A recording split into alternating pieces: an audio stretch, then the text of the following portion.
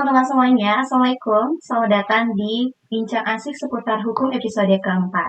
Kali ini kita sudah kedatangan narasumber yang keren nih, yaitu ada Kak Julian Dwi Prasetya, atau yang biasa disapa Kak Julian, seorang pengacara dari Yogyakarta.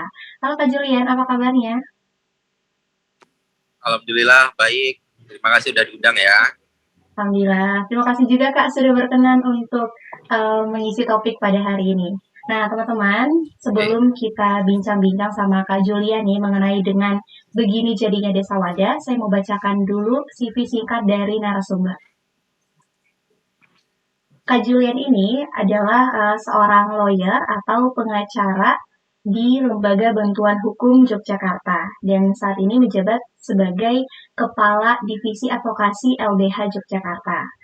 Menyelesaikan studi S1 di Fakultas Hukum Universitas Muhammadiyah Yogyakarta dan S2 Universitas Islam Indonesia Yogyakarta. Untuk pengalaman organisasi dari Kak Julian sendiri, yaitu pernah menjabat sebagai Ketua Divisi Kaderisasi Perhimpunan Mahasiswa Hukum Indonesia, Komisariat FHUMY, periode 2014-2015, Ketua Umum Komunitas Peradilan Semu FHUMY, periode 2015-2016, Ketua Delegasi Tim MCC Mahkamah Konstitusi FHUMY, periode 2015-2016, Staf Lembaga Bantuan Hukum Yogyakarta, Divisi Ekosop 2017-2018, Staf Lembaga Bantuan Hukum Yogyakarta, Divisi Pengembangan Organisasi dan Kaderisasi, serta menjadi mediator LBH Yogyakarta dari tahun 2017 hingga sekarang. Oke, itu dia CV singkat dari narasumber kita. Nah, sekarang kita mau bincang-bincang nih mengenai dengan topik begini jatinya Desa Wadas. Teman-teman masih ingat tidak dengan kasus Desa Wadas? Jadi, tanggal 8 Februari 2022 lalu itu kita dihebohkan dengan video yang berisikan penangkapan sejumlah warga yang dilakukan oleh aparat kepolisian yang terjadi di Desa Wadas, Kabupaten Purworejo, Provinsi Jawa Tengah. Yang mana warga Desa Wadas ini melakukan penolakan terhadap penambangan batu andesit di Desa Wadas tersebut. Nah, batu andesit ini digunakan sebagai salah satu material untuk pembangunan proyek bendungan bener di Desa Wadas. Nah, konflik Desa Wadas ini sebenarnya sudah terjadi bertahun-tahun, yaitu dari tahun 2013 dimulai saat proyek bendungan bener itu dimulai. Nah, lalu bagaimana dengan perkembangan kasus Desa Wadas ini? Kita akan bincang-bincang dengan Kak Julian. Oke, Kak Julian mungkin bisa diceritakan gimana nih Kak perkembangan terakhir kasus Desa Wadas sekarang. Silakan Kak. Ya, mudah-mudahan suaraku terdengar jelas ya, soalnya aku ada di pinggir jalan gitu.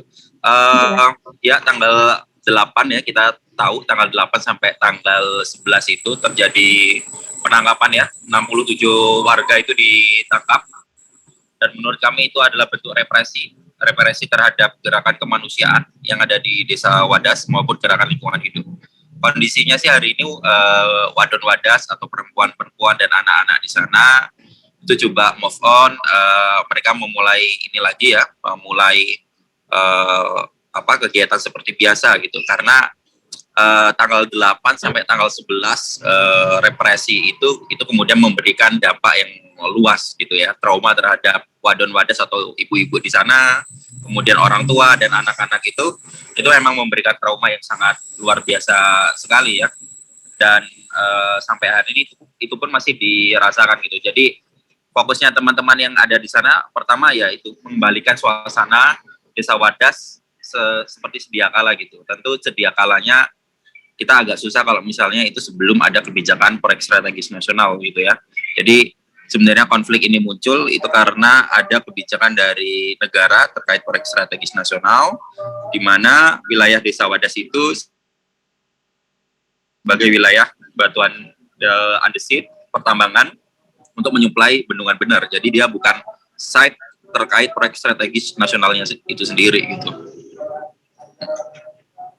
Itu ya update-nya. Terakhir teman-teman kita lihat ya, kalau misalnya teman-teman ngikutin update-nya teman-teman Wadas Melawan itu ya, itu akun resmi dari warga sendiri yang kelola warga gitu kan.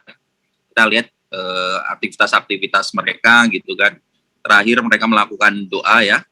Kalau istilah di Purworejo atau di daerah Jawa itu istilah nyadran ya. Kemarin mereka melakukan nyadran itu di makam-makam tempat peristirahatan terakhir bagi orang tua atau orang-orang yang sudah meninggal di desa Wadas, dan itu bentuk untuk mengingat kematian dan bentuk perjuangan untuk terus melestarikan alam sebagai ruang yang akan mereka tempati baik saat ini maupun di kemudian hari. Oke Kak Julian, kan ada ini ya Kak ya, di sana ada warga yang pro dan kontra gitu ya terhadap penambangan batu andesit gitu. Nah, apakah ada perdamaian gitu Kak antara kedua warga ini yang pro maupun yang kontra dengan penambangan andesit atau seperti apa Kak? Ya, sebenarnya kan istilah pro dan kontra itu kan kemudian disampaikan oleh negara, salah satunya Pak Mahfud MD itu ya. Kemarin tanggal 8 kita lihat Pak Mahfud MD itu kan kemudian menyampaikan tidak ada suasana yang mencekam gitu kan. Fungsi polisi di sana hanya melerai antara warga pro dan kontra, enggak seperti itu. Jadi selama saya melakukan advokasi sejak tahun 2018 ya, tidak pernah ada tindak kriminal yang dilakukan antar warga gitu. Jadi saya kira perlu dikoreksi ya negara itu pernyataan-pernyataan yang itu kemudian menyatakan bahwa ada perbedaan pro dan kontra dan menyebabkan konflik horizontal, itu nggak benar juga sih. Karena selama ini ya tidak ada tindakan kriminal, justru kerusuhan di desa Wadas itu terjadi ketika aparat datang dan melakukan pemaksaan ya, dan melakukan represif gitu ya terhadap gerakan kemanusiaan dan gerakan lingkungan di sana. Tentu itu mencederai bukan desa Wadas saja ya. Kekerasan terhadap warga Wadas itu tentu memiliki tanggung jawab kita bersama untuk melakukan koreksi kepada negara. Itu sih ya. Jadi warga pro dan kontra, aku kira akar permasalahannya bukan di situ ya. Jadi kerusuhan ini justru diciptakan dari negara sendiri. Sebelum adanya kebijakan proyek strategis ini atau proyek pertambangan ini, warga tuh benar-benar ya baik, hubungannya tidak ada perpecahan. Artinya kan ini hulunya itu kan dari kebijakan PSN itu sendiri, itu yang belum selesai. Nah, kira-kira itu. Oke Kak, jadi saya juga ada baca beberapa artikel gitu ya, yang ada yang menyatakan bahwa warga yang pro begini, yang kontra begini, nah itu sebenarnya tidak benar ya Kak ya, yang terjadi di sana itu tidak seperti itu.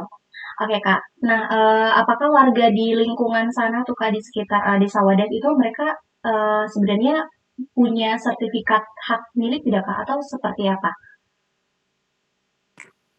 Ya, dari sekitar 114 bidang di desa Wadas ya yang akan dibebaskan itu semuanya kepemilikannya warga ya, bukan kepemilikan negara. Negara nggak boleh punya hak milik ya.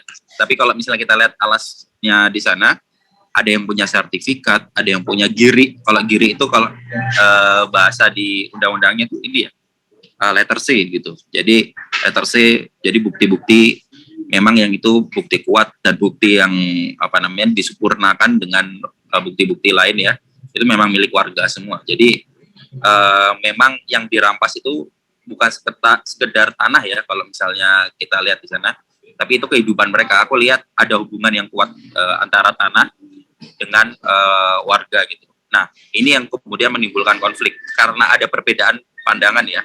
Warga Wadas itu mandang tanah ya, terutama orang-orang yang selama ini berjuang untuk mempertahankan haknya itu sumber pengetahuan, sumber kehidupan ya, dan mereka memaknai itu adalah ibu yang selalu merawat mereka gitu. Dan mereka meyakini bahwa bagian untuk merawat itu adalah bagian dari untuk menjaga agama. Sehingga di sini kan ada perbedaan. Sedangkan negara mandang tanah Wadas itu adalah udah ini wilayah untuk kawasan investasi, untuk membangun suatu infrastruktur yang akan mengejar pertumbuhan ekonomi. Nah, dua paradigma ini kan kemudian berbeda dan akhirnya bertemu sehingga menimbulkan konflik ya. Saya kira itu ya. Oke Kak Julian. Nah Kak, saya mau tahu nggak gimana sekarang perkembangan proyek pembangunan banner di sana nih Kak? Udah sejauh mana gini? Ya, kalau untuk proyek, jadi proyek strategis nasional itu kan sebenarnya proyek strategis nasional atau proyek pengadaan tanah untuk kepentingan umum itu kan sebenarnya ada proyek yang ini ya, ada batasan makna kepentingan umum gitu ya. Kalau misalnya di Desa Wadas sampai hari ini warga itu tidak membiarkan alat-alat berat masuk, bahkan dalam proses pengadaan tanah pun mereka nggak mau gitu. Artinya di Desa Wadas hari ini masih utuh. Berbeda di Tapak yang itu untuk menjadi bendungannya. Nah, di Tapak di sana itu sudah mulai ya pengerjaannya. Nah, sepertinya tapi di sana ada permasalahan mengenai pengadaan tanah juga ya. Harga terlalu rendah, kemudian banyak ada beberapa gugatan yang masuk dari warga yang itu di luar Desa Wadas ya. Artinya di sana nggak bukan tanpa ada masalah. Tapi kalau yang di area pertambangannya khususnya di Desa Wadas sampai hari ini itu masih utuh. Tetapi pasca represif kemarin kan sudah ada 2 kali ya Ganjar datang ke Desa Wadas. Nah, Ganjar ini adalah gubernur yang mengeluarkan atau mengeluarkan keputusan izin penetapan lokasi. 2 kali ke sana kami melihat nggak ada progres ya. Tuntutan warga sampai hari ini masih belum dipenuhi. Izin penetapan lokasi masih di Desa Wadas. Artinya tuntutan warga sampai ini masih belum didengar oleh pemerintah khususnya Jawa Tengah yang hari ini Pak Ganjar yang bilang nyaman-nyaman aja. Warga yang minta maaf kepada warga karena sudah membuat tidak nyaman nih. Nah, warga sendiri pandang itu bukan solusi ya permintaan maaf tersebut. Gitu. Oke Kak, berarti sejauh ini apakah sudah ada solusi belum atau upaya gitu yang dilakukan oleh pemerintah mengenai dengan nasib Desa Wadas ke depannya? Atau misalkan negosiasi dengan pemerintah, at least komunikasi lah dengan pemerintah, atau seperti apa Kak? Sampai hari ini masih belum ada titik temu ya, karena perbedaan pandangan itu ya. Kalau warga yang tergabung dalam gerakan masyarakat peduli alam Desa Wadas itu, jalan tengah dari kasus Wadas itu cuma satu, yaitu tidak menambang di Desa Wadas, gitu saja. Jadi itulah yang sampai hari ini masih belum dijawab oleh pemerintah. Tapi kita ngelihat kayaknya kok negara pengen maksa di sana gitu. Dan bukti paksaan karena perampasan itu tidak mungkin dilakukan secara halus, makanya mereka melakukan represif kan. Dan ini bukan terjadi pertama kali.